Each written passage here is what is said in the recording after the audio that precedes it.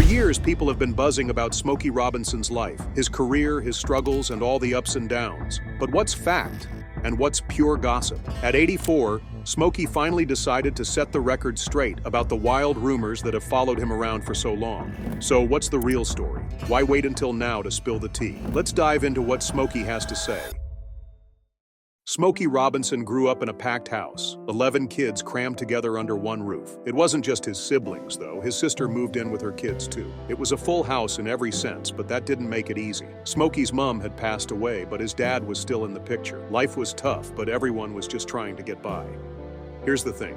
Smokey didn't even realize how hard life was back then. To him, being poor wasn't some big deal because everyone around them was in the same boat. He remembers sharing a tiny bed with two of his nephews.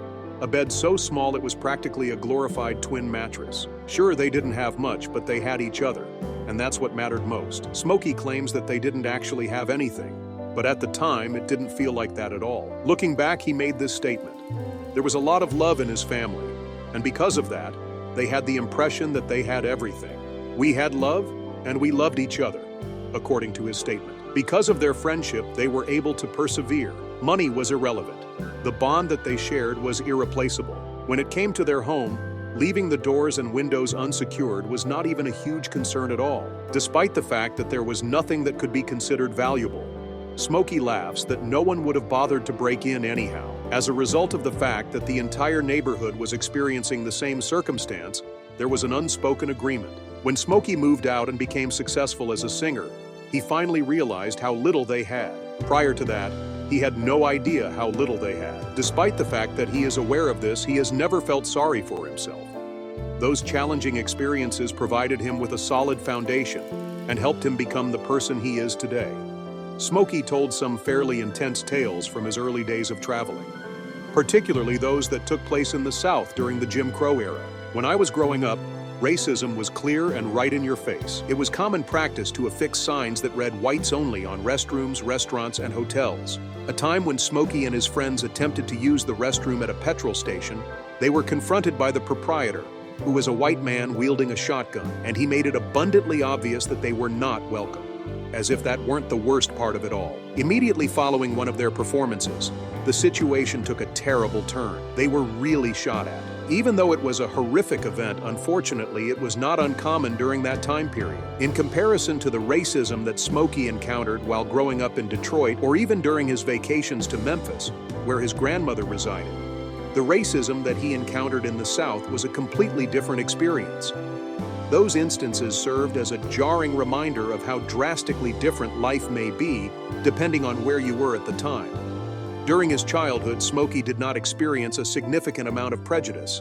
However, this changed when he began touring in the South. When he was in that situation, he had the opportunity to witness directly how potentially harmful and vicious racism can be. However, that was not the end of the difficulties. When he was in his 40s, he began to develop an addiction to cocaine, which was one of the most difficult times in his life. Neither Smokey nor anybody else could have anticipated or intended for this to take place. Prior to it, he was not a particular drinker. In fact, he did not even enjoy the flavor of alcoholic beverages. While he was still a youngster, he experimented with marijuana, which was the drug of choice for him at the time. Despite the fact that he was raised in a neighborhood where it was simple to acquire a wide variety of drugs, he was able to avoid cocaine for a considerable amount of time. However, things began to change for him when he was in his 40s. So that's when Smokey gave cocaine a shot, not crack, just the powdered stuff, and it was a powerful experience for him. At the beginning, he was unaware of the toll that it would take on him. The momentum began to pull him down in a gradual but steady manner. During that period, Smokey described himself as a walking corpse. He lost so much weight that he dropped to just 120 pounds and none of his clothes fit him anymore. He was a walking corpse. He used safety pins to keep his pants up, and he wore his shirts untucked to cover it up. He was able to keep his pants up. It was abhorrent to him how deep he had sunk to, and he felt like a shell of himself. When he looks back, Smokey claims that up until that point in time, his life had been picture perfect. However, rather than experiencing a sense of fulfillment, he found himself falling deeper and deeper into drug use. Not knowing why he was inflicting such pain on himself, he was at a loss for words. Concurrently, his personal life was deteriorating to the point of collapse. Smokey couldn't help but feel as though he had let his wife down, despite the fact that she wasn't to blame for the difficult times that he and his wife were traveling through. On top of everything else, he had fathered a child outside of their marriage, which was a betrayal that had a significant impact on his wife. Throughout their entire relationship, she had been quite clear about one rule: don't bring me any babies or diseases. Unfortunately, Smokey breached that promise, and as a result, their marriage was unable to endure the painful experience. In the end, he was forced to reveal the truth about the child, and the revelation ultimately resulted in the couple's divorce. Additionally, Smokey was grieving the loss of two persons who had been extremely significant in his life: his father, who had been his rock, and his close friend Marvin Gaye. Both of these individuals had been lost to him. It was difficult to bear the burden of dealing with all of that pain and loss. Despite the fact that Smokey was unaware of it at the time, he was utilizing narcotics as a means of evading the anguish he was experiencing. Undoubtedly, as he came to realize in the future, it is impossible to escape from oneself. By 1986, Smokey was aware that it was time to make a change in the situation. But it wasn't only him who did it. His life was irrevocably altered as a result of assistance that came from an unexpected source. Smokey found himself in a church one evening as he was looking for answers to his questions. However, what really blew Smokey away was how much she already knew about him, even though a preacher there prayed for him. Even though Smokey did not utter a single word, the pastor was able to comprehend the entire nature of what he was going through. She went so far as to tell him that God had brought her to him, and that he was on the verge of having a stroke if he did not stop using narcotics. Everything was different after that night. As the preacher prayed for him, Smokey experienced a sensation that was beyond his comprehension. It was as if the burden of his addiction had been lifted off of his shoulders as he walked out of the chapel. From that point forward, he completely abstained from using any narcotics. A recent interview that Smokey gave to The Guardian revealed that he had an affair with Diana Ross, a close friend of his and a fellow Motown legend. Smokey revealed this information about another profoundly personal chapter in his life. There was a time when Smokey was married to his first wife, Claudette Rogers, and this event took place. Smokey, who is now 84 years old, admitted that the affair lasted for around 1 year. During that time, Diana and I were working together, and I was married to her at the time. Just now it took place. However, it was a stunning sight, he revealed. Regardless of the affair, Smokey does not harbor any resentment. On the other hand, he referred to Diana as a beautiful lady and stated that they continue to be wonderful friends to this day. The two of them have been close for a very long time, even before any of them became famous. It was disclosed by Smokey that he was instrumental in the beginning of Diana's career. "I brought her to Motown," he claimed. "At the same time that she was not chasing me, I was not pursuing her. Just now, it took place." Subsequently, Diana decided to terminate the relationship. After a period of time, Diana expressed that she was unable to continue doing it. Smokey said, "She knew Claudette and understood that I still loved my wife." Smokey thinks that he gained a vital lesson about love as a result of this incident, which is that love is hard. The complexity of love is something that most people do not comprehend, as Smokey said. Society has made it unacceptable for us to love more than one person at the same time, despite the fact that we are capable of doing so. Love is not about someone not being good enough. It is about feelings, and you can't always control those feelings. He went on to say that if people could control love, then no one would ever fall in love with another person. Who would want to take the chance of being hurt or having their heart broken? However, love does not operate in such a manner. It is something that cannot be avoided. Not only was Smokey's personal life making headlines, but other things were as well. In addition to this, he found himself embroiled in a contentious court dispute with his ex-wife, Claudette. In her argument that the songs were community property as a result of their marriage, she asserted that she was entitled to 50% of the rights to Smokey's records. Over the course of their 27-year marriage, which lasted from 1957 until 1986, Smokey and Claudette were blessed with 2 children. Additionally, they were members of the Miracles, a popular music group. Nevertheless, Claudette made the decision to stop traveling in 1964 in order to concentrate on raising their children. After the couple had divorced, Claudette made allegations that Smokey had been dishonest regarding the rights to his compositions, and that he had violated an agreement that had been made in 1989. Smokey resisted, stating that the Copyright Act gave him ownership of the rights to his music and that he was entitled to those rights. However, Claudette asserted that the songs were a portion of the property that they owned jointly as a married couple. And she also stated that Smokey had committed fraud, and violated their agreement. Now, many years later, the most important legal matter that still needs to be answered is whether or not the music rights that they gained throughout their marriage should be considered community property under the law of California, or whether Smokey absolutely owns them.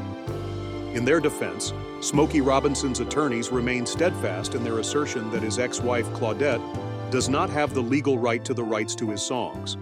According to them, her efforts to win ownership of these rights could make it more difficult for Smokey to negotiate new terms for his song's distribution.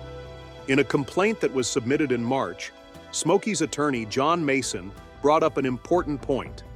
According to the Copyright Act of 1976, the original artist is the exclusive owner of any music rights that are reclaimed. That would be Smokey in this instance. In addition, the legislation stipulates that these rights cannot be transferred to any individual, including Claudette, prior to the day on which the original rights are allowed to expire. According to the legal team representing Smokey, this indicates that any transfer of such rights is unlawful.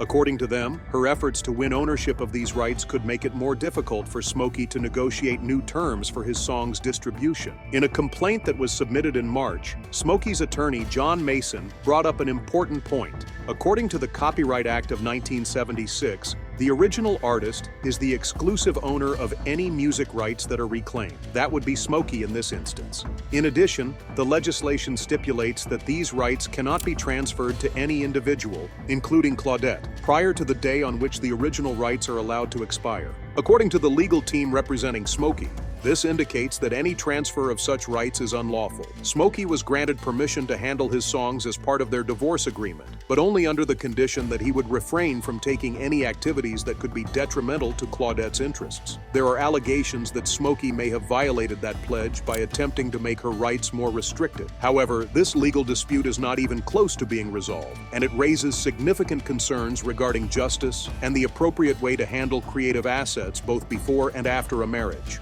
However, Smokey has been confronted with a number of hurdles in recent times on top of his legal issues. It was in the year 2020 when he had a horrific encounter with COVID-19, which almost caused him to lose his voice. When asked about it, Smokey described it as one of the most terrifying things he has ever been through in an interview with the Daily Mail. The illness struck him hard, and he ended up spending 11 days in the hospital as a result. Due to the severity of the situation, Smokey stated that he does not even recall 4 or 5 of those days. His inability to speak was one of the most distressing aspects for him. "I was so weak that I could hardly even speak," he added.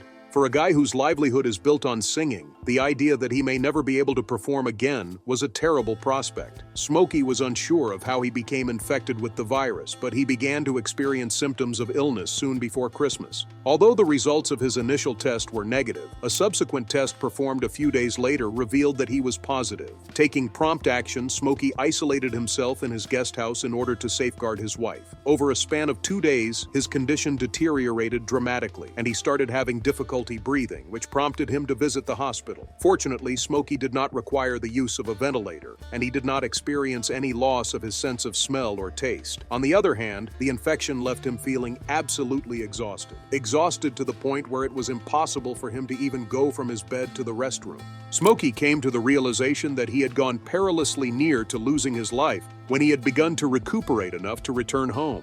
"I never gave any thought to passing away. It was likely that he was saved by his good health before contracting COVID," according to the doctors. The recovery was gradual but consistent. He returned to the gym to continue his efforts to restore his strength. He began by going for short walks. The career of Smokey has also been marked by its share of highs and lows. During the year 1988, he was honored with the prestigious honor of being inducted into the Rock and Roll Hall of Fame as a solo artist. On the other hand, the event was not devoid of controversy. There was a great deal of dissatisfaction among fans and fellow musicians, the band that was instrumental in Smokey's career beginning. There were many who believed that the band should be recognized with Smokey because they were responsible for a significant portion of his success. At some point in time, the Rock and Roll Hall of Fame acknowledged that they had made a mistake, and in 2012, they made the decision to rectify the situation by inducting the Miracles. However, there was still some uncertainty about the situation. There was no mention of Smokey Robinson's participation in the induction ceremony for the group. He was invited to induct his former bandmates during the event that took place in April of 2012. This was a time that held a great deal of significance for Smokey. It made it possible for him to pay tribute to the group that had played such an important role in his trajectory toward stardom. The Miracles were finally given the recognition they deserved for their invaluable services to the music industry, as well as the significant part they played in Smokey's career when they were inducted into the Hall of Fame. Despite the fact that there were a few challenges along the way, this particular moment indicated that the Hall of Fame was willing to admit the mistakes it had made in the past. Smokey Robinson and the Miracles attribute a significant portion of their success to an encounter with Berry Gordy, which had a profound impact on their lives. When they first met Gordy, the band had a difficult time getting recognized. In fact, they were unsuccessful in an audition with Brunswick Records. Over the course of that audition, Smokey took a huge notebook with him that included 100 songs that he had composed when he was in high school. It was not just Smokey's singing that left Gordy pleased. It was also his passion and aptitude for songwriting that made him so impressed. The Miracles' first record, titled Got a Job, was a lighthearted reaction to the Silhouette's successful song of the same name. Gordy was instrumental in the publication of the tune, which marked the beginning of their cooperation.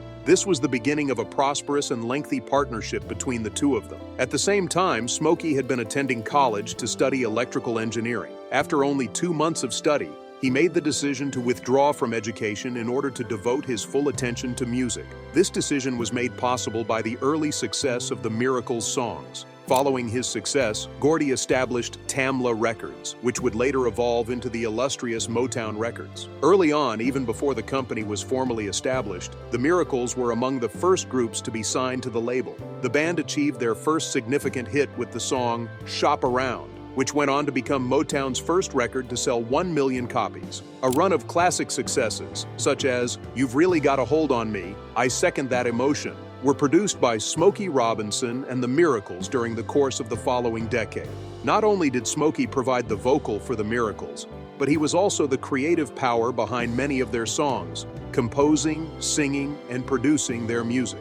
At the beginning of the 1970s, Smokey discovered that he was beginning to feel the pull of family life and desired to spend more time at home.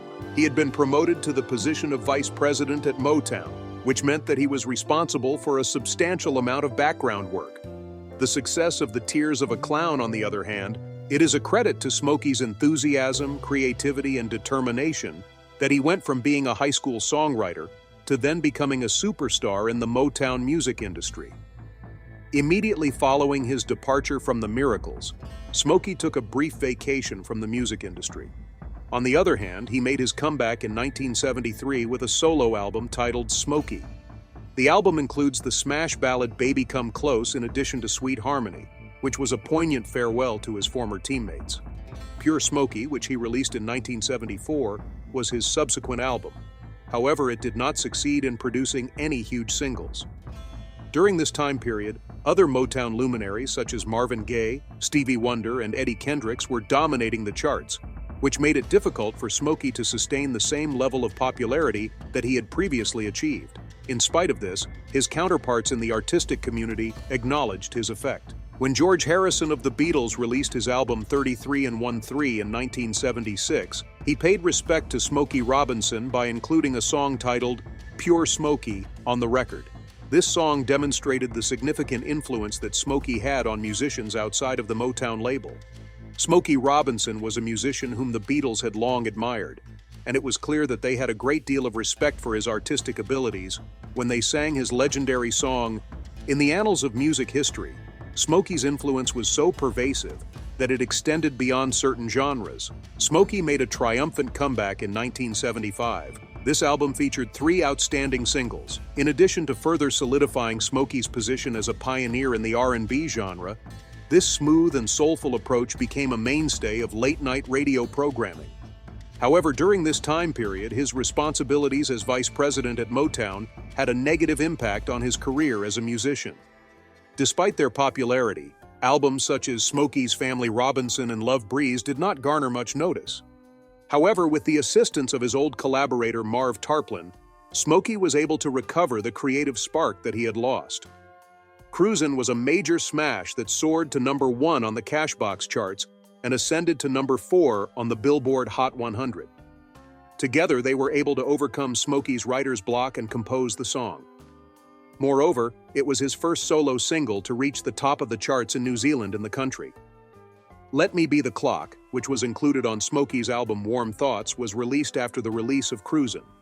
His subsequent songs remain to be memorable, despite the fact that it did not achieve the same level of success. A number of his songs, including Just to See Her and One Heartbeat, were fan favorites, with Just to See Her being the song that earned him his first Grammy Award in 1985.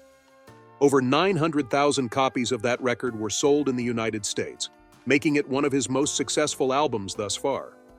Following several decades of collaboration with Motown, Smokey made the decision to cut relations with the label and instead become a member of SBK Records.